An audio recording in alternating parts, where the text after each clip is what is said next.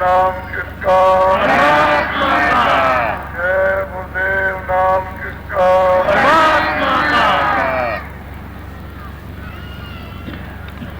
सरदारियों, बच्चे और बच्चियों, ये तो मैं भी समझता हूँ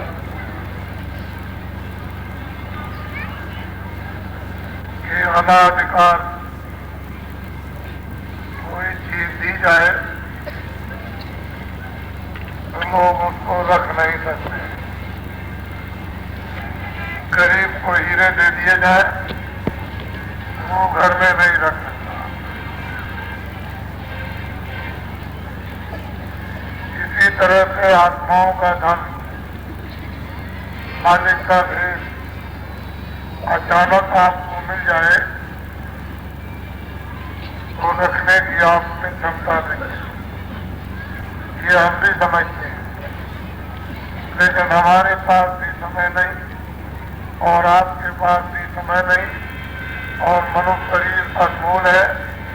यह है किराए का मकान। बहुत समय आपका समाप्त हो गया, थोड़ा सा बाकी बचा है, पता नहीं किस रात में चल लूँ।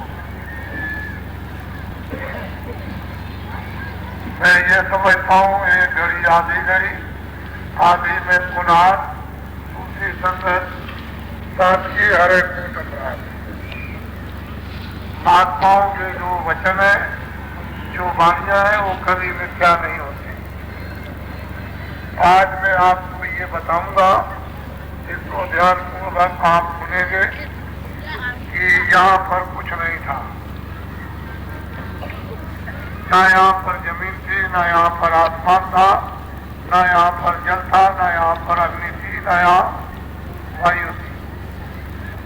न आप यहाँ पर तो न राम थे, न कृष्ण थे, न देवी थे, न देवता थे, न सूरज थे, न चाँद थे, न सितारे थे, न ब्रह्मा थे, न विष्णु थे, न शिव थे।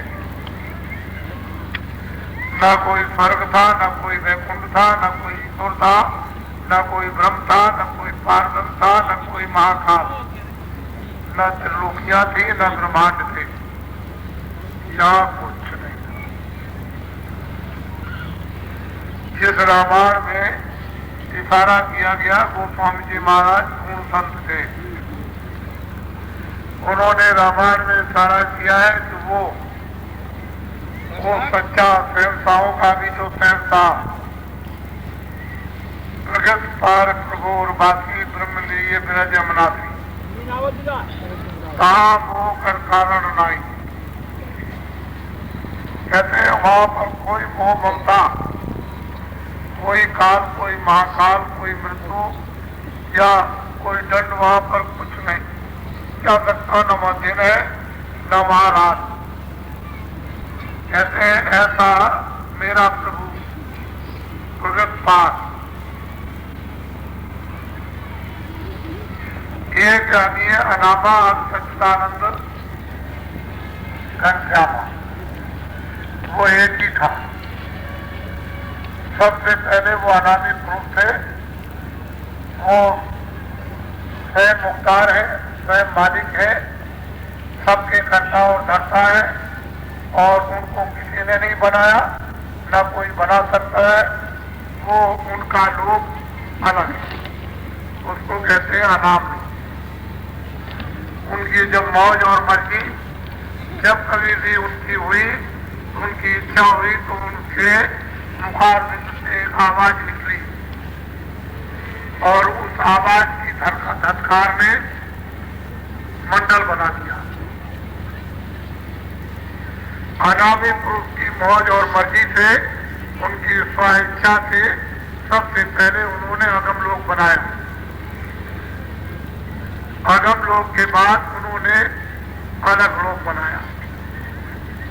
इनकी कोई सीमा किताबों में नहीं लिखी जा सकती है, कितनी लंबाई, कितनी चौड़ाई और कितनी ऊंचाई।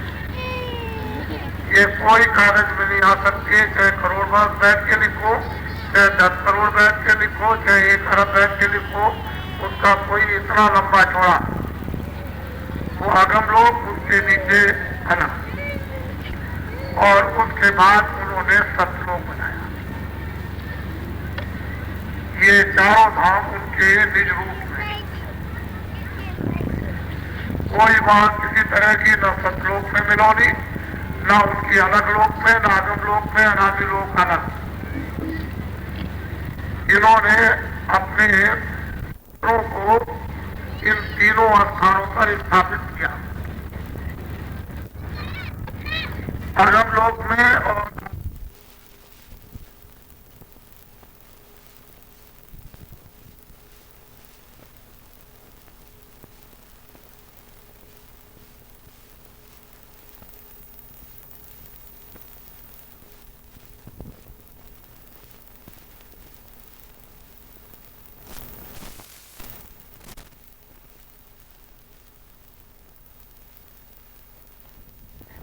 सतलोक से जो सतलोक में विराजमान है, न वो यहाँ कभी आते हैं न कभी आएंगे।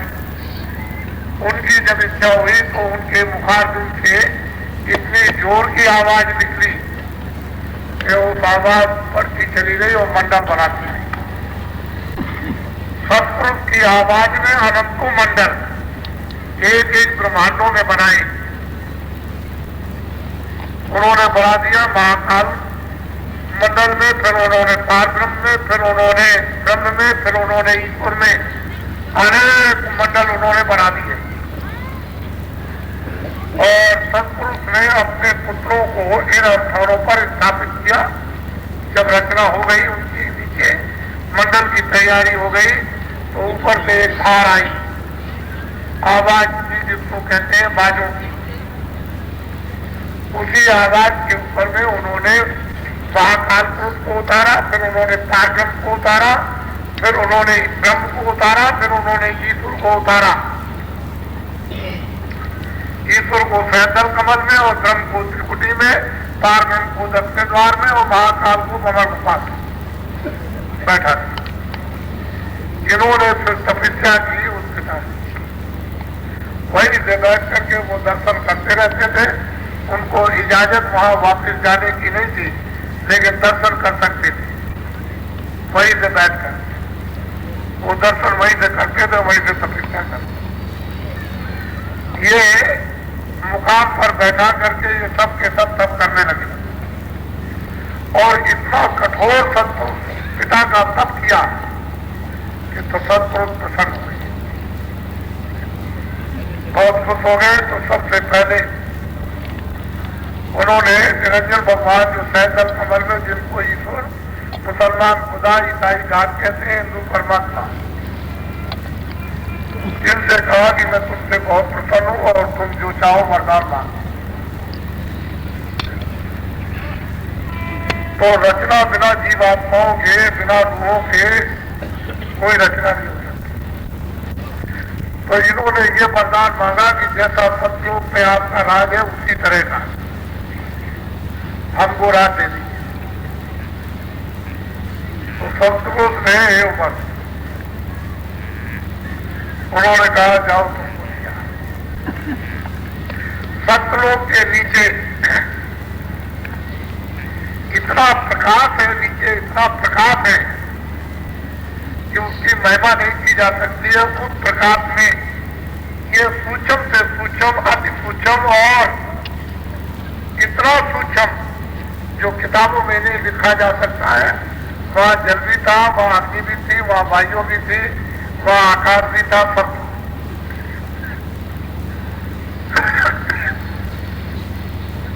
और पूरा सुखों का खचाखच भंडार, एक छोटा सा भंडार। सतपुरुष के यहाँ जितना भंडार गिनती में दिया वो सब उनको मालूम है। एक छोटा सा नीचे अवसर का एक भंडार उन्होंने दे दिया, जो नीचे गंदगी थी, और आदेश दिया सुखों को भी जाओ तुम नीचे उतर करके। एक आवाज हुई उनको उतारने के लिए, तो सारी की सारी रूहें आनंद और विलास करती थी, खेल देखती थी, खेल दिखाती थी। उनको वहां पूर्ण रचना करने का अधिकार था। वो अपने आनंद में रहती थी। जब ये आवाज उठी तो उन्होंने कहा न मालूम, पता नहीं क्या मालिक की मर्जी हुई कि ये क्या हुआ। तो वहां से एक आवाज निकली कि तुम नीचे जाओ, ये मौज हुई है। उन्होंने अलग अलग भंडार को तकसीम कर दिया। इतना भंडार महाकाल में, इतना भंडार पार्वती में, इतना भंडार ब्रह्म में और इतना भंडार ईश्वर में, ये उन्होंने। और फिर इसका जो नीचे उतारा जाएगा वो अलग उन्होंने दिया। जब भंडार दे दिया और नीचे उतारा गया तो एक आए सीधी नहीं उतर सकती थी, धीरे धीरे करके उनको उतारा गया। जब थोड़ा सा खिसकाया गया तो सारी की सारी जीवात्माएं घबराई कि मैं कहा जा रहा हूं, बेचू नहीं, क्योंकि आनंद था। तो वहां रोक लिया, रुकी रही और मुद्दतों जुग बीत गए, वहां रुके रुके, फिर थोड़ा सा उतार दिया, फिर उनको रोक दिया और फिर मुद्दत हो गए, कितने जुग और कल्प बीत जाए जो लेखे में नहीं आ सकते हैं। फिर थोड़ा सा उतारा तो महाकाल पद में जाए, वहां इनको रोक दिया। फिर मुद्दतों तक वहां ये सारी की सारी रूहें जीवात्माएं वहां रुकी रही भंडार के रूप में, और धीरे से फिर उतारा, धीरे धीरे फिर ब्रह्म में जाए। फिर वहां कितने मुद्दतों तक रुकी रही, फिर ब्रह्म में, पार्व में जाए, फिर ब्रह्म में, और फिर ईश्वर में जाए, सैतल कमल में। जब ये है ब्रह्म के स्थान पर जब जीवात्माएं आई तो इनको कोई घबरा नहीं कि ये पिता की क्या इच्छा और क्या मर्जी हुई कि ये तो नीचे चले जा रहे हैं, पता नहीं कहाँ जा रहे। तो इन जीवात्माओं के ऊपर जो भंडार था उसके ऊपर में एक सिल्ली छोड़ दी, एक बहुत बारीक, इतनी बारीक कि उसमें कोई पता नहीं चलता कि कोई ऐसे पर्दा डाल दिया। वो 5 तत्वों का समझना था, शब्द स्पर्श रूप रस कर एक पर्दा छोड़ दिया और वो देखती रही कि कोई ऐसी झलक आई पर्दे की, लेकिन फिर पता नहीं चला कि पर्दा कहाँ चला गया। उनको शब्द स्पर्श रूप रस कर इसके अंदर इसमें कारण शरीर में ला करके पर्दे के साथ में इनको बीच में ले लिया। फिर इनको उतार करके जब जाए नीचे सैतल कमल में तो फिर इनके ऊपर में एक और पर्दा डाल दिया। वो 9 तत्वों का शब्द स्पर्श रूप रस गंध और मन बुद्धि चित्त और अहंकार, उसका एक पर्दा फेंक दिया। ये भी ऐसा था कि उससे थोड़ा सा महसूस हुआ कि ज्यादा पर्दा है, लेकिन उसमें सब कुछ दिखाई देता है। और पर्दा तो पर्दा ही है, वो कारण पर्दा था और ये सूक्ष्म पर्दा। फिर इनको नीचे उतारा, जब लिंग लोक में इनको उतारा स्वर्ग और वैकुंठ के स्थान पर, तो एक और पर्दा फेंक दिया। तो ये 17 तत्वों का 10 इंद्रियां, चतुर्संध्याकरण, मन बुद्धि चित्त और अहंकार और रजोगुण तमोगुण सतोगुण, ये 17 तत्वों का एक पर्दा डाल दिया। अब इसके बाद जब जीवात्माओं को मृतलोक में यहाँ इस स्थान पर उतारा तो एक स्थूल पर्दा डाल दिया। जल पृथ्वी अग्नि वायु आकाश। अब आपको ये जानने की जरूरत और समझने की है कि सारा का सारा भंडार सतलोक से जो उतारा गया, ना अलग लोक से उतारा गया, ना अगम लोक से, ना अनामी लोक से, ये सारा का सारा सतलोक से नीचे उतारा और सतलोक में बैठकर ये सारा का सारा विस्तार किया और इनको अपने अपने मंडलों पर सबको अधिकार दे दिया। महाकाल पुरुष को भी दिया, फिर पार्वती को भी दिया, फिर ब्रह्म को भी दिया और फिर सैतल कमल में ईश्वर को भी दे दिया, ये सब अधिकार। और फिर नीचे जो मंडलों पर है ये इनकी रचना, ब्रह्म की रचना अलग है, पार्वती की रचना अलग है, ईश्वर की रचना अलग, आद्या महाशक्ति की रचना अलग है और माया की रचना अलग। जिन्होंने मंडल बना दिए, ऊपर में ब्रह्म हो गए और नीचे हो गई माया, ऊपर में ईश्वर हो गए, नीचे हो गई शक्ति। उसके बाद फिर ब्रह्मा विष्णु महादेव, इनके साथ एक ही अर्धांगिनी लाया। तो बहुत तरतीब से रचना हुई है, ऐसा नहीं कि ऐसी रचना हो गई। ये यहाँ का कुछ नहीं है, यहाँ कुछ था ही नहीं।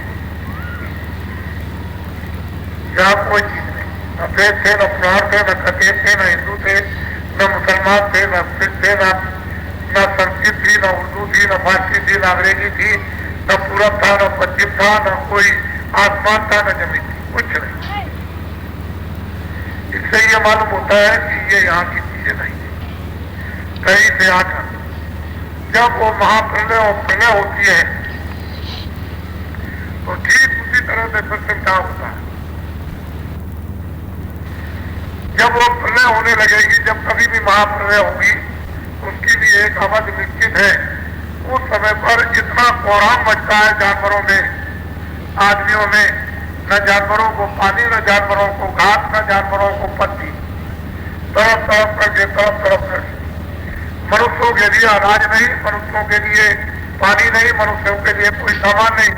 ये तरफ तरफ करके तरफ तरफ करके तरफ तरफ करके ये शरीर जर्जर हो जाता है, सूख करके कांटा हो जाता है और ये शरीर छूटता है।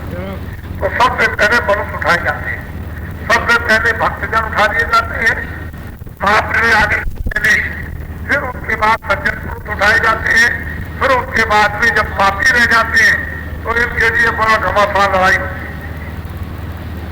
आदमी आदमी को खा जाएगा, स्त्री पुरुष को खा जाएगी, स्त्री बच्चे को खा जाएगी, पति पत्नी को खा जाएगा। ऐसा भयंकर दृश्य अगर आपको पूरा पूरा वर्णन करूं तो आपकी जान छूट जाए। ऐसा खतरनाक दृश्य होता है कि किसी को नाम मात्र की उसमें दया रहम का नाम ही उसके अंदर नहीं है।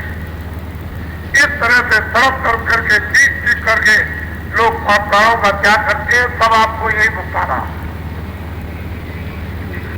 ऐसे नहीं यहाँ से कोई छुटकारा पाके जा सकेगा। जब ये सारे के सारे मनुष्य इस तरह से यहाँ से भोग करके तरफ करके यहाँ से पीड़ा उड़ जाएंगे तो फिर उसके बाद में जंगलों के जानवरों पर फिर पेड़ पत्तियां सब घास वगैरह जंगलों में आग लग जाएगी, फिर पत्तियां कहीं कुछ नहीं मिलेगी, सब जानवर एक दूसरे को तोड़ करके खाने लगेंगे और फिर मर जाएंगे। इसके बाद में फिर क्या होता है कि जितने पृथ्वी में छुपे हुए कीड़े मकोड़े तो पृथ्वी जल में घुलने लगती घुलती है। ऐसा मालूम होता है कि बड़े बड़े पहाड़ जो खड़े हैं बिल्कुल ऐसे हो जाते हैं जैसे राख। किस तरह? क्योंकि वो सहजल कमल में निरंजन भगवान जिनकी किरणों पर ये सर्प सराव और सरसब जोड़ा वो जब अपने बंद कर देते हैं तो बस राख है, पत्थर भी राख हो जाता है। एकदम पानी में ऐसा मालूम होता है कि ये क्या हो गया कि वो राख कोई चीज नहीं, इतना मतलब ये कि जर्जर हो जाता है, जैसा उसमें कुछ रस रह ही नहीं गया। तो वो जीव जो जल जो पृथ्वी के अंदर छुपे हुए हैं वो एकदम पानी में तरफ तरफ करके मरने लगते हैं। इसके बाद में फिर जब अग्नि सोखती है, जब अग्नि जल को सोखती है तो जितने जल में जीव वो जब पानी रहेगा तो तरफ तरफ करके वो मरते हैं और फिर अग्नि को वायु अग्नि को अपने में वायु मिला देती और वायु को आकाश मिलाता और आकाश किसी तरह से ये ब्रह्मा विष्णु महादेव समेट लेती। फिर इन सबका सिमटाव आद्या महापत्नी, फिर उन सबका उन लोगों का सिमटाव निरंजन भगवान और फिर माया उन सबको सिमटाव कर लेती है ब्रह्म के नीचे और फिर ब्रह्म सबका सिमटाव करते हैं और फिर प्रकृति इसके ऊपर में वो सिमटाव करती है और पार्षण सबको समेट लेते हैं। इसके बाद महाकाल, उनको महाकाल कहते हैं। सारा का सारा, न कोई स्वर्ग है, न कोई ब्रह्मांड है, न कोई ब्रह्म है, न कोई देवी है, न कोई देवता है, न कोई मृतलोक है, कोई चीज नहीं, पूरा समेट करके रख लिया। और कितने युग और कल्प बीत गए तब तक कोई रखना का विस्तार। फिर जब उसकी मर्जी होगी तो जैसे चटाई फैला देते हैं ऐसे ही फिर यहाँ नए लोग आएंगे, नया धर्म होगा, नया जो नया विधान होगा या नहीं होगा, ये कुछ नहीं, कब विधान बनेगा इसका कुछ पता नहीं। इस तरह से महापुण्य होती है तो आप आगे हो, और जाने का रास्ता ऐसे नहीं। और वो सतलोक और अलग लोग और अगम लोग अनादि वो तो अलग, उनसे तो कोई, उनको तो खास कोई भेद ही नहीं जाता, पता ही नहीं। तो जब कलयुग में संत पधारे, उन्होंने ये सब भेद जीवों के सुगम करने के लिए, ले जाने के लिए उन्होंने, तो संतों पर किसी का कोई विश्वास नहीं हुआ। फिर उन्होंने अपनी शक्ति दी, अपनी मदद दी, अपनी दया दी, और धीरे धीरे संस्कार डाले, धीरे धीरे डालते डालते लोगों को तैयार किया कुछ को। लेकिन बड़ा विरोध हुआ, लोग उनके पास जाए नहीं, लोग उनके पास बैठे नहीं, क्योंकि सामाजिक जितने बंधनों में बंध गए थे कि उनको छोड़ना नहीं चाहते थे, इतने रूढ़वादी हो गए। तो जब तक ये कितने बार संत आकर के संस्कार न डाले, तब तक ये जीव जाग नहीं सकते। इतने मार मार करके, पीट पीट करके यहाँ जर्जर कर दिए कर्मों के द्वारा कि इनको कोई विश्वास नहीं है, काम नहीं। संतों ने बहुत दया की, इसमें दो बातें नहीं है, लेकिन अब ये भेद लोगों को मालूम नहीं। पर वो वक्त समय आए, आपको ये बात सुनाई गई कि कलयुग में कलयुग जाएगा और कलयुग में सतयुग आएगा। अभी तो कलयुग गया नहीं ना, अभी सतयुग आया, लेकिन बाबा जी ने इतना फैसला, इतना रखा है कि उधर से आप चलोगे, इधर से हम चलेंगे, तो मंजिल आपकी चलते चलते चलते चलते निकट में आ जाएगी। वो जो समय, जो दरमियान का, जो बीच का रखा है इतना फैसला, वो इसीलिए रखा गया कि धनुरा पिट जाएगा, लोगों के कानों में पहुंच जाएगा, और ये इसमें मारे जाएंगे, इसमें सताए जाएंगे, इसमें पीटे जाएंगे, और इसमें चिल्लाएंगे, हर तरह की इनको तकलीफें मिलेगी और आवाज लगती चली जाएगी। तो यह है कलयुग। कलयुग ने कर्जा मांग दिया है, तो कलयुग भी तो आपका कर्जा मांगेगा कि हमारा दे दो। अरे भाई, आप किसी को कर्जा देते हो तो मांगते हो कि भाई हमारा कर्जा आप 10 दिन में दे दो, नहीं तो अपनी खेती दे दो, अपना मकान अपने जानवर दे दो। तो कलयुग ने जो आपको कर्जे दिए हैं, और वो जब जाने की तैयारी करेगा तो वो ये कहेगा भाई अब हमारा कर्जा दे दो जो तुमने लिया। तो जब कर्जा अपना मांगने लगेगा, वो कहेगा कि भाई जो मैंने कर्जा बांटा था ये तो सचमुच में नहीं काम आएगा, ये तो काम धोखा, बेईमानी, झूठ बोलना, फरेब करना, मारना और पीटना और ये करना, ये तो कलयुग में काम आएगा नहीं, तो हमारा कर्जा दे दो जो हमने बांटा था। तो आप ये कहोगे कि मैं नहीं दे सकता, तब वो गरजेगा। उसकी इतनी गरज है कि उसके गरज से ही सफाया। तो महात्मा साधु संत ऐसा चाहते हैं कि वो ऐसे रास्ते से निकालना चाहते हैं कि जब वो कर्जा आपसे मांगने लगे कि हमारा कर्जा दे दो, और तो आप ये कहने के हकदार हो जाओगे आपका हमारे पास कोई कर्जा ही नहीं, कहे तलाशी दो, कह ले लीजिए। तो जब जहाँ कर्जा जमा होता है वहां तलाशी लेगा, तो वहां जब कुछ नहीं निकलेगा तो आपको छोड़ देगा। तो महात्मा ऐसा चाहते हैं कि जहां उनका कर्जा जमा वहां आग लगा दी जाए, योग रूपी अग्नि से उसे खत्म कर दिया जाए। उस कर्जे को जब कर्जा जल जाए और वो मांगने लगे तो ये तो कह सको कि हमारे पास आपका कोई कर्जा नहीं, ये तलाशी दे दिए, ले लीजिए तलाशी। तो जब वो तलाशी देगा कुछ नहीं निकलेगा तो कुछ नहीं कर सकता। वो तो आपको कब पा देगा जब उसके विधान में, और जब उसके विधान से निकल गए तो आपको नहीं मान सकता। तो ये भेद तो आपको मालूम है नहीं। लेकिन महात्मा जो है बड़े सूर समाज और बड़े दूर आगे पीछे देखने वाले, कि जीव कैसे उठेंगे, कैसे सीधे रास्ते पे आएंगे, कैसे मतलब ये कि इन महान घोर अपराधों से बचेंगे और कैसे पीड़ा से छूटेंगे, ये उनको मालूम, आपको तो कुछ पता नहीं। कल क्या होने वाला, अभी क्या होने वाला, रात को क्या होगा, क्या। तो इतनी जीवात्माओं का भंडार इतनी दूर से उसी आवाज से उतार कर ये भेजा गया। दूसरा कोई रास्ता न आने का न जाने का। एक ही रास्ता आने का और एक ही वापस जाने का। लेकिन जब यहाँ आ गए और आवाज छूट गई, जब घंटे और संघ की जब आवाज को छोड़ दिया तो भटक गए। अब घंटे और संघ के ऊपर चढ़ने के लिए आवाज नहीं मिलती, अब कोई रास्ता नहीं मिलता, पकड़ने का कोई सहारा नहीं है, तो कोई वेदी मिल जाए तो वेद जब दे दे और वेदी मिल जाए और हमको मदद दे दे और जोड़ दे हमको, हम उसको पकड़ लें और चढ़ने लगे तब तो हम घर में पहुंच ही जाएंगे। तो बाहर अपराधों में, मानसिक अपराधों में, दृष्टि के अपराधों में, वाणी के अपराधों में, मन के अपराधों में और वासना के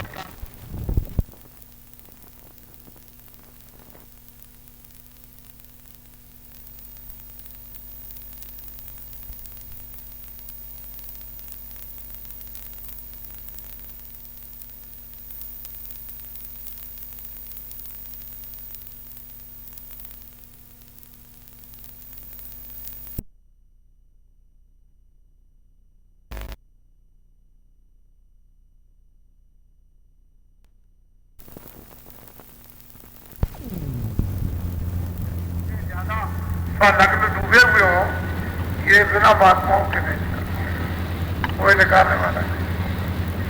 जितने आपको मिलेंगे सब डुबा लेंगे।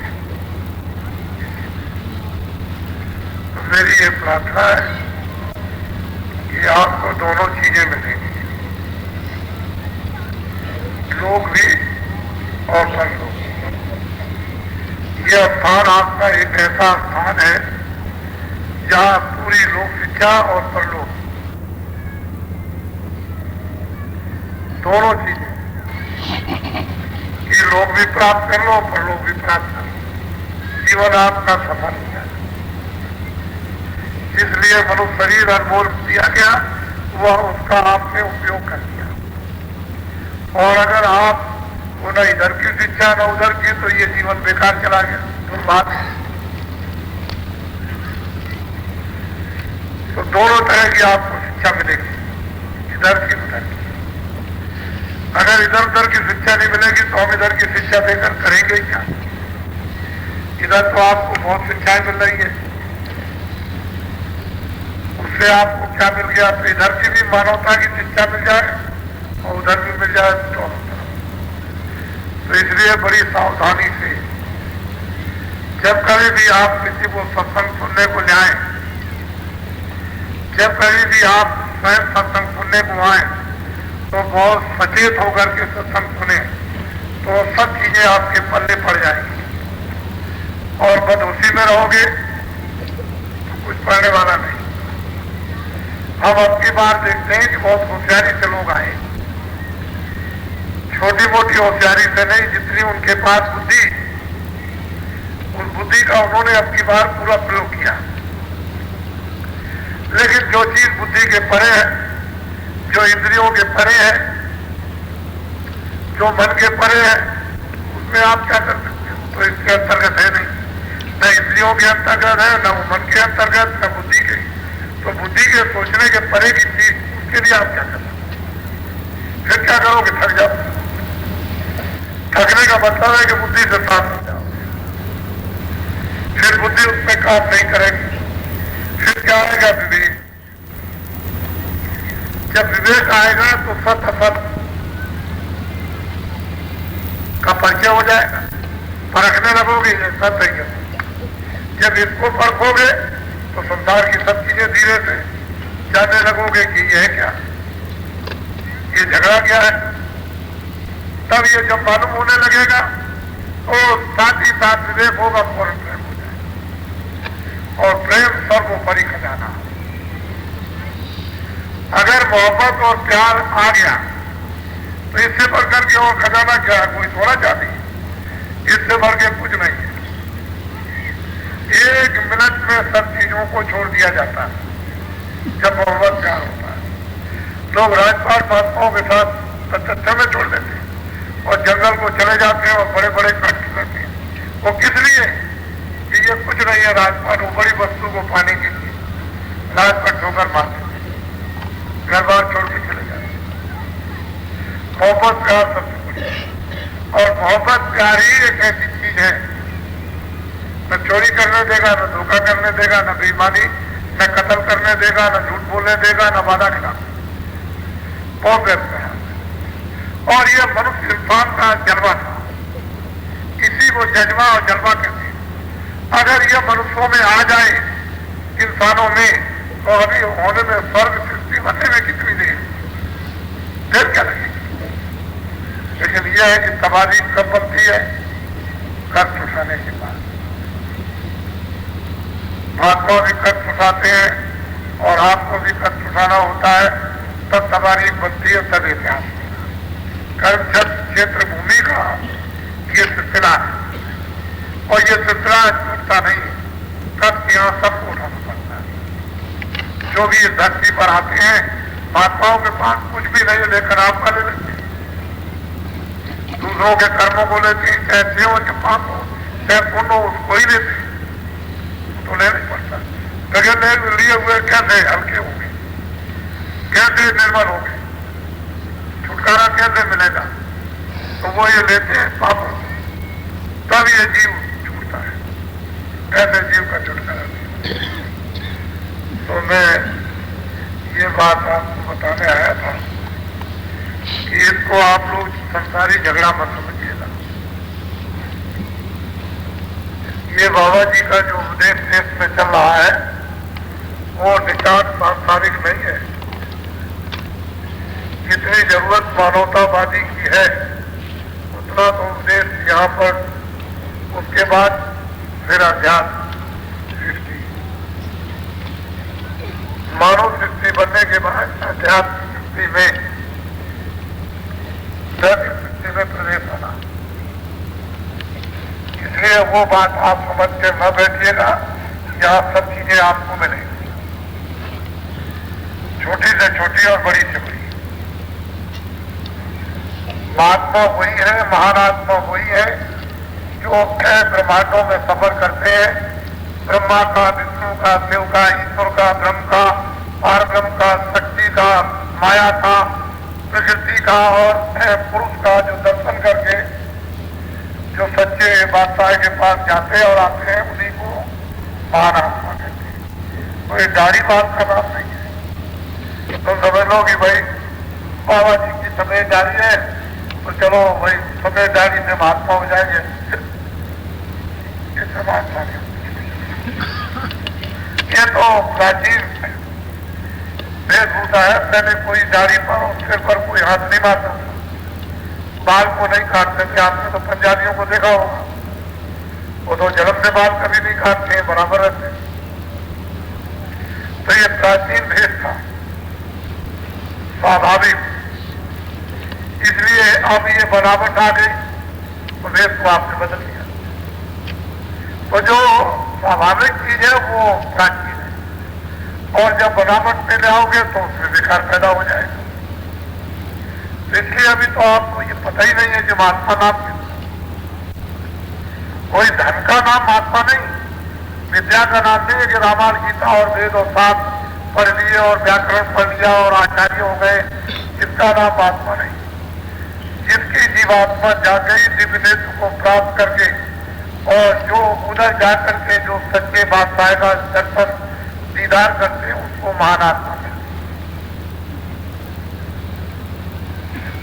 लेकिन आपको ये जानना चाहिए कि कबीर को कितनी तकलीफें हुई, रैदास को कितनी तकलीफ हुई, तुलसीदास को कितने कष्ट उठाने पड़े, मीराबाई को तो देखिए घर से भी निकाला, फिर जहर दिया गया, लेकिन फिर भी वो तो बचाने वाला है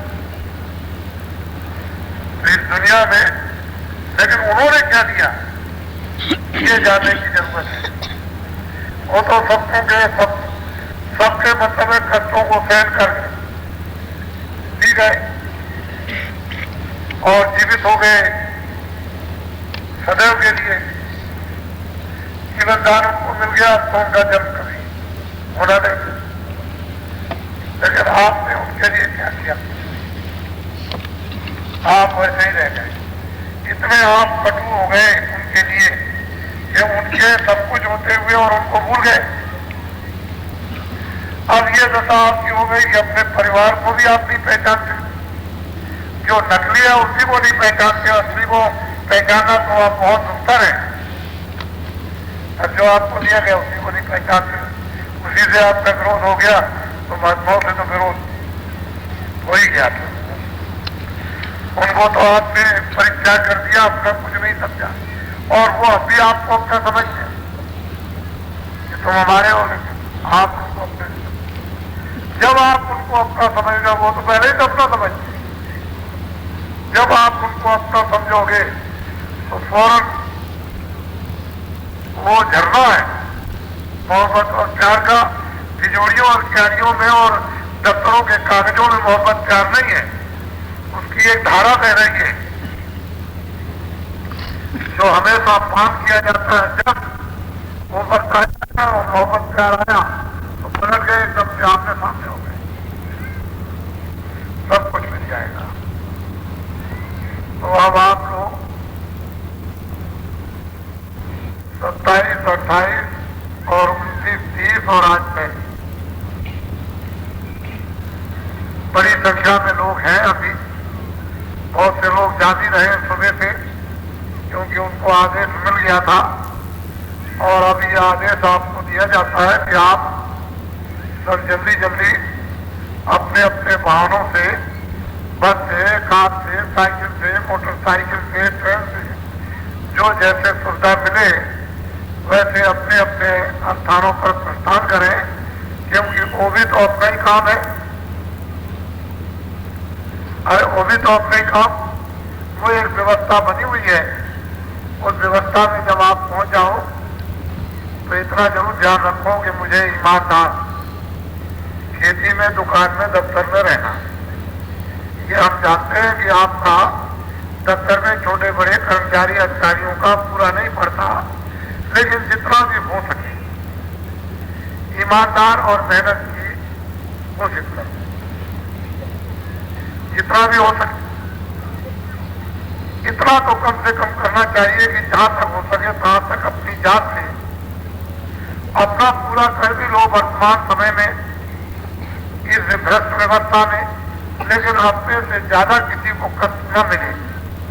अगर ज्यादा किसी को कष्ट मिलेगा तो उसका अपराध आप पर आएगा, फिर वो आपको देना पड़ेगा, फिर वो आपको भोगना है। वो तो रो ही रहा था, फिर आप खिला लो, फिर आप खिलाओगे। और एक दिन और एक समय आएगा, ये बात स्पष्ट आपको बता दी जाएगी कि देखिए ये बदला था। जब आपने दूसरों को इतनी तकलीफ, इतना दुख दिया, इतना धोखा दिया, उसी से आपको ये मिला, ये स्पष्ट बताया जाएगा। तो इतना तो करो कि अपनी जरूरतें पूरी कर लो। हम जानते हैं कि तनख्वाह में पूरा नहीं पड़ता, हमको बहुत दुख है, लेकिन तुमने अपने अधिकार को खो दिया तो अब मैं क्या करूं? एक नियम बना दिया गया है कि तुम बुद्धि का दान दो और दान देकर के एक राजा चुनो। तो आपने अपना अधिकार बिना सोचे विचारे बुद्धि से तो कुछ काम किया नहीं, और शोर सपाटा हु हल्लड़ उसमें बुद्धि का आपने दान दे दिया। आप मतलब है राजा बना दिया, आप गरीबों की बात। तो आपने सोचा समझा तो नहीं कि किसको राजा बनाना, किसको नहीं बनाना, कौन अच्छा है कौन बुरा है, ये तो आपने कुछ सोचा नहीं। कौन धर्मात्मा, कौन बुद्धवीर है, कौन त्यागी है, कौन मतलब ये सेवा करेगा, कौन सेवादार, कुछ नहीं। वो तो हु हल्लड़ था, उसमें बुद्धि का दान आपने दे दिया और आप खिलाते। तो मुझे ये तो मालूम है, मुझे तो कष्ट है कि आपका पूरा नहीं करता है, पर इतनी जरूर विनती प्रार्थना करूंगा कर्मचारी अधिकारियों से कि पूरा कर लो, लेकिन इतना नहीं कि अति हो जाए, अति नहीं, कुछ तो दया काम रहना चाहिए। और ये मतलब ये बेचारे बड़े दुखी हैं, ये भी, तो इनके लिए भी मुझे बड़ी तकलीफ होती है। ये जो जमीन में काम करते हैं, भूमि जोतक, ये भी बड़े पीड़ित हैं। अब इन सब लोगों को समावेश पीड़ा समान हो रही है। अधिकारी हो, कर्मचारी हो, पढ़ा लिखा हो, अनपढ़ हो, भूमि जोतक हो और मजदूर हो, सबको एक मिश्रित की जाएगी। इसमें कोई बचेगा नहीं, ऊपर वाले नीचे वाले कोई बचने वाले नहीं। अब ये देखा जा रहा। कहने का तात्पर्य ये मैं कहना चाहता हूं और आपको याद दिलाना चाहता हूं कि आपने अभी तकलीफें देखी नहीं, अभी आपने अकाल नहीं देखा, सूखा आपने देखा, अभी आपने भुखमरी नहीं देखी, लड़ाई झगड़ा आपने नहीं देखा, अभी आपने कोहराम नहीं देखा। वो आगे आएगा। जब वो आएगा तो किताबें सिद्ध होंगी। किताबों में लिखा है कि जब कोहराम मचेगा तो ऊपर से एक फकीर खुदा के पैगाम को लेकर जमीन पर उतरेगा और सारी इंसान मनुष्य जाति को भगवान का और खुदा का पैगाम सुनाएगा। उनके पैगाम सुनते ही लोगों के मनों में, हृदय में हिलोर होगी। चाहे उनकी बात सुनो न सुनो, आपकी लोगों ने सुनी है तो लोगों के हिलोर पैदा होगी। ये उसके चिन्ह हैं, चिन्ह बताए गए, हिलोर पैदा।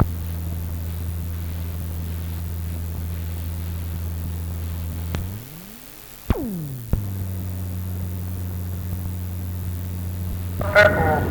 अब समय की प्रतीक्षा करो तो आने वाला, लेकिन ये जब कोहराम बचेगा उसका मैं संकेत आपको देता हूं, वो वक्त आने वाला है। वो अभी आया नहीं, उस वक्त की अभी शुरुआत नहीं हुई है। ये तो महात्मा अपने संकल्प से रोके हुए हैं, लेकिन जरा सा भी संकल्प हटा लें तो अभी देखो चौड़ा मैदान होता है, देर क्या लगती, देर कुछ नहीं लगे। इसलिए मैं कुछ आपको ये सब चीजें एक इशारे में, संकेत में आपको याद कराना चाहता हूं ताकि आपको ये चीजें याद रहें। और मैंने तो सबके लिए आह्वान किया है। बहुत से लोग सोचते रहे होंगे कि बाबा जी कभी किसी से लड़ा करते होंगे। मुझे हिंदुस्तान में एक भी कोई मुसलमान या ईसाई खान पर ये मुझे बता दे कि मेरी किताब, मेरी इबादत, मेरी मस्जिद के बारे में बाबा जी ने कहीं गले पूछे या एक हाथ में कभी कुछ बुरा कहा। ये जरूर कहा कि आपको इबादत करना नहीं आ जा, और जिस्मानी मस्जिद है, इसमें तो खुदा नूर का भंडार लेकर बैठा हुआ है, तुम जिस्मानी मस्जिद में उसकी इबादत नहीं करते हो। ये तो हिंदू कितना ईट पत्थर का मंदिर बना दे और बना करके एक मूर्ति की प्रतिमा कर दे, उसकी हम भी इज्जत करते हैं कि ठीक है वो उस समय बनाए। लेकिन अगर ये कहो कि हम अपने शरीर को बर्बाद कर दें तो फिर क्या हो जाए, तो मनुष्य मंदिर है, तुम इसको गंदा क्यों करते हो? उसने तो ये कभी नहीं कहा कि मेरे बनाए हुए मंदिर को तुम गंदा करो, मेरी बनाई हुई मस्जिद को तुम मतलब ये खराब कर दो।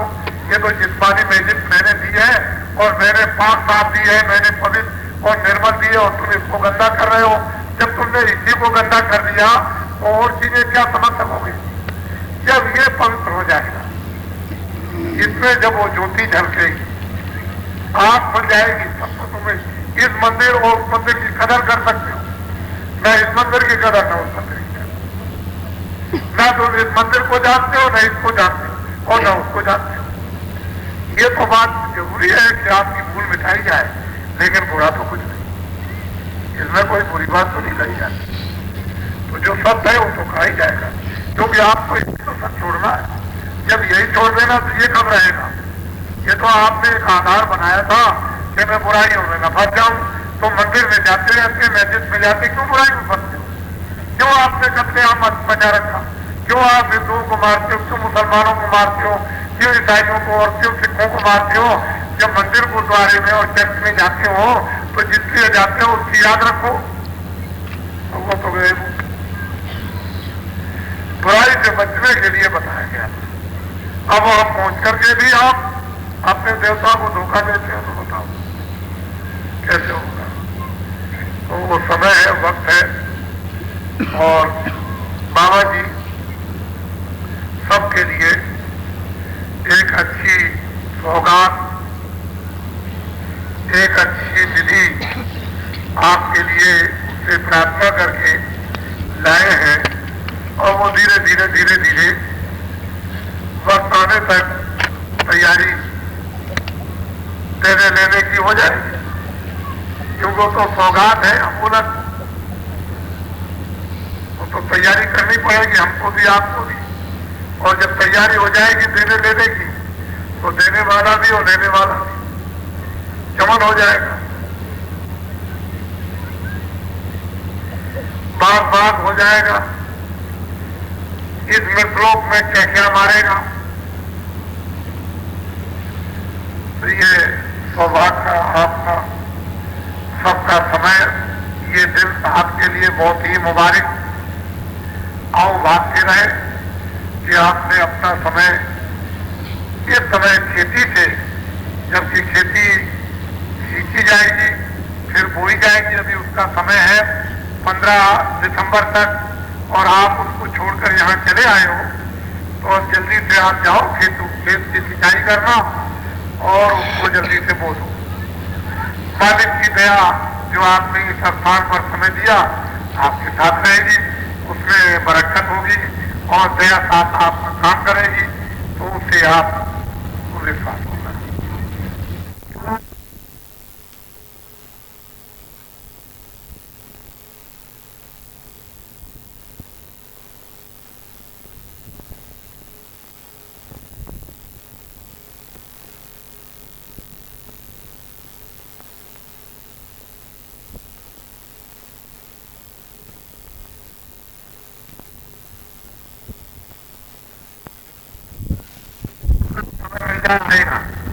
अब की तो वो भी सूचना नहीं,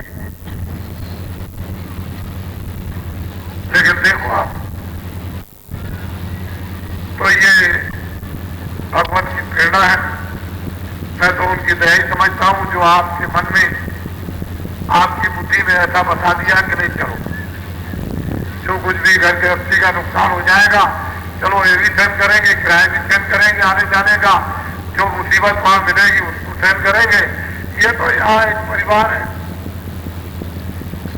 अब बीच में मैं रोज ही कहता रहता हूँ कि भाई अपनी जेब को वो जो लौकिक है कुछ पैसे ऐसे को संभाल के रखना, तो तुम लापरवाही चल जाते हो। उनका तो एक निशाना है पैसा निकालने का, और आपके अनेक भाव है,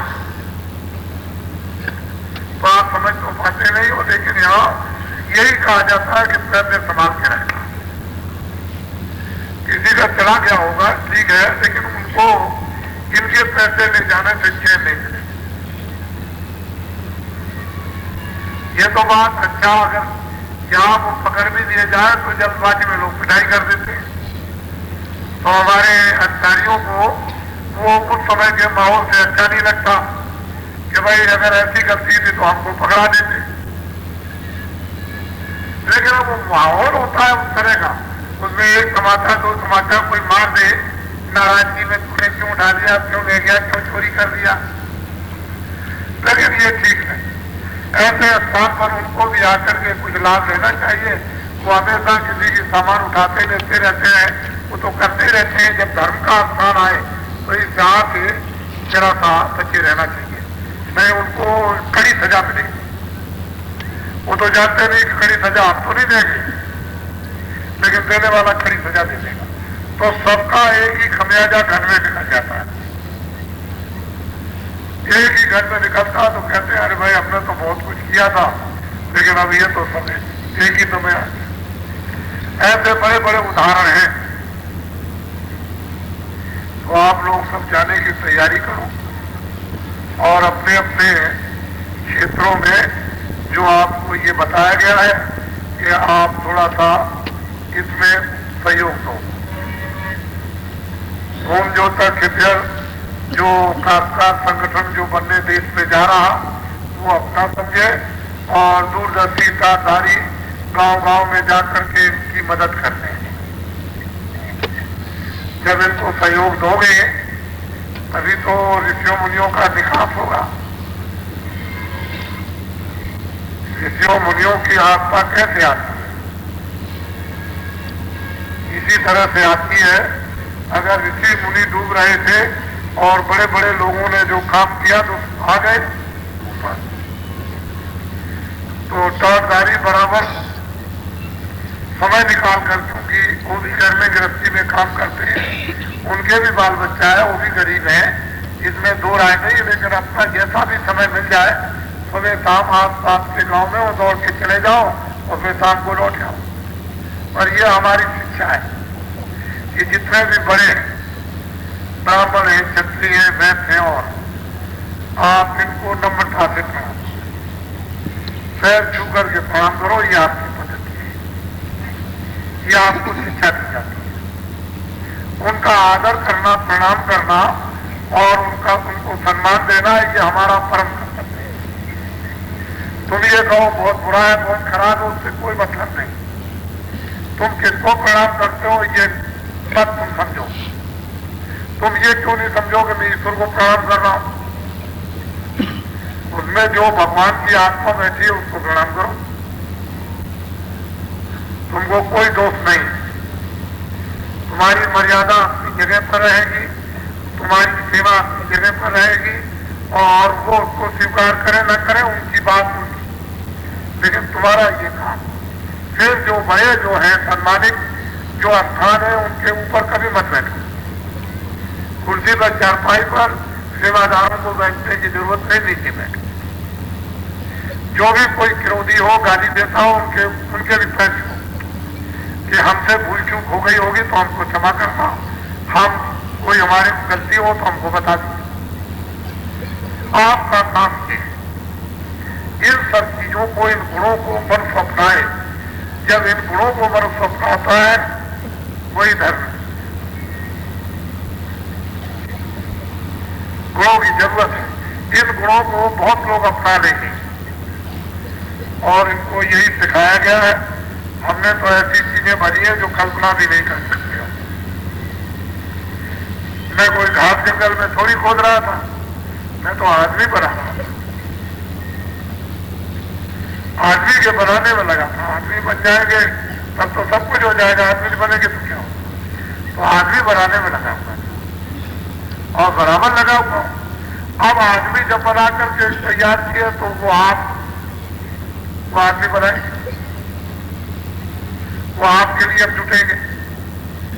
पहले खुद बनेंगे फिर आपके लिए जुटेंगे। तो असली चीज यह है कि आदमी बना, आदमी नहीं बनेंगे तो क्या? पशु तो पशु है, उसे पशु को क्या ज्ञान और क्या बोल है? तो मेहनत करना, ये ताकदारी सब जैसा जिसको समय मिले, कोई काम कोई पूर्वा यदि छूटने न पाए तो वो सब आपको इशारा कर दिया गया और आप जो तक जो कामकार है वो आप इसमें इनकी बातों को सुने और आप लोग जरा सा सहयोग दें अपने स्वयं के संगठन के लिए। जब स्वयं के संगठन के लिए आप अपना सहयोग देने लगोगे तो आपकी चीज तैयार हो जाएगी। और ये जल्दी काम होना है, देर की जरूरत नहीं, जल्दी काम, क्योंकि इस बारे में समय ज्यादा नहीं, इस बारे में समय कम है और उसी समय के अंतर्गत ये काम होना ये आवश्यक हो सकती है। आप अपना काम समझिए, हमने दिन में आपको बता दिया, उस पर ध्यान रखिए और अमल कीजिए। सब चीजें आपके सामने आएंगी। बोलो जय गुरुदेव, जय गुरुदेव। अब मेरी बात सुनो। गुरु ब्रह्मा, गुरु विष्णु, गुरुदेवा। अब वो कहते हैं गुरु ब्रह्मा, गुरु विष्णु, गुरुदेवा। जो मृतलोक में गुरु है कहते हैं ब्रह्मा भी है, विष्णु भी है, शिव भी है।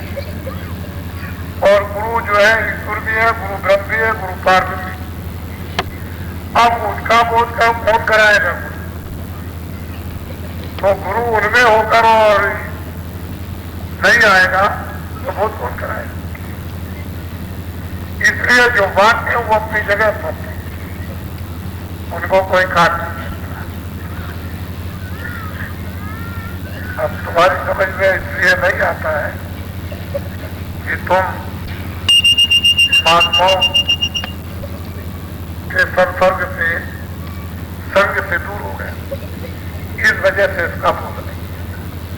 वैसे चीज तो आपकी थी, सबको बोध होना चाहिए था। तो बोलो जय गुरुदेव। अब नए लोग कुछ रह गए, आज बहुत प्रार्थना कर रहे थे। भी नाम दे दिया जाए। हम देर में आए थे तो कल तो हुआ नहीं, जो लोग कल आए थे रात को तो वो बेचारे रह गए। तो चलो आप जितने भी पुराने हो नया कर लो, क्योंकि किसी को नाम न याद हो, किसी को रूप न याद हो, ये तो नया कर लीजिए। अरे 6 बार किताब पढ़ोगे 6 बार याद हो जाएगा। किताब को पढ़ के रख दोगे भूल जाओगे। तो ये तो आपके लिए और भी सौभाग्य है कि हमको फिर से ताजा करा दिया जाए। तो नए लोग हैं उनको भी और पुराने लोग उनको भी। तो नामदार दे दीजिए। एक बात का ध्यान रखना कि सब लोग शाकाहारी हो जाओ और शराब पीने के लिए बिल्कुल मत पीना।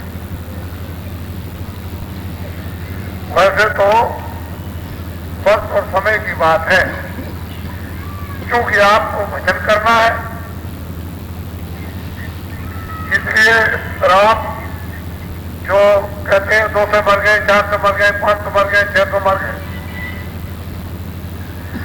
अभी तुमने देखा था कि ढंढोरा पिटा हुआ है एक सती का। कोई कहता है कि सती होना चाहिए, कोई कहता है नहीं होना चाहिए। जो कहते हैं कि नहीं होना चाहिए वो भी नकली, और जो कहते हैं होना चाहिए वो भी नकली। वो दोनों नकली हैं, उनको दोनों को राज मालूम नहीं, दोनों भेद से अनभिज्ञ। लेकिन ये दोनों के दोनों जो कह रहे हैं उसमें राजनीति का खड़ा है। वो सोचते हैं मेरा स्वार्थ सिद्ध हो जाए, वो सोचते हैं मेरा स्वार्थ हो जाए। और इस स्वार्थ सिद्धि अखाड़े में कुछ समझ में नहीं आता। आप एक शराब एक ऐसी चीज 2 से मर गए, 600 मर गए, 50 मर गए, क्या आप इसको नहीं समझते हो? ये तो सती से भी ज्यादा जुलूम। अरे भाई घर में बैठी हुई औरत, घर में पति बैठा हुआ, वो देखती है कि मेरा पति परमेश्वर है और मैं अब क्या करूंगी, यहां मेरा ये परमेश्वर पति है, ये जा रहा, मान लो कि फौरन कृपाण लगा करके मार दे, आप क्या करते? ये मुझे बताइए। किसी के मन की बात को आप जानते हो? चिता जल रही, आप जलाने गए, आग लगी, स्त्री पीछे से चली गई, आपको ध्यान क्या गिर पड़ी और चल गई उसके साथ में। लेकिन ये चीज तो आप रोक नहीं सकते हो, पर जो रोक सकते हो कि शराब में 600 मर रहे, 50 मर रहे, 200 मर रहे, ये तो तुम रोक सकते हो। इसी को नहीं, ये सती से भी ज्यादा जुर्म और अपराध है। अगर भारतीय कानून को आप विधान को जानते होते तो आज इसी का प्रबंध कर दिया होता, और कुछ नहीं। ये कत्ल हो रहे, ये सती से ज्यादा नहीं अपराध। आज मार दिया बच्चे को, औरत को मार दिया, आदमी को मार दिया, इससे भी ज्यादा। खाली राजनीतिक स्टैंड स्वार्थ, इसमें किसी की स्वार्थ सिद्धि नहीं होगी, सब धोखा खा जाएंगे, उसमें कुछ होने वाला नहीं। अरे इसको रोको, जो जिसको रोकने का तुम्हारे पास हाथ है उनको रोकिए, जिसका हाथ नहीं उनको रोकने में पड़े हुए हो। कागज खराब करते हो, अखबारों का, रेडियो का, बात कुछ नहीं। दोनों के दोनों भूले थे। अरे भाई किसी को बैराग हो गया, घर से निकल, आप क्या करोगे? कुछ नहीं कर सकते। कोई राज छोड़ दे तो आप क्या करोगे? बेमतलब की फौज में फंसे हुए हो, लेना देना। वैसे अगर सती की बात बता दी जाए तो कितने लोग न मालूम क्या कटा रहे।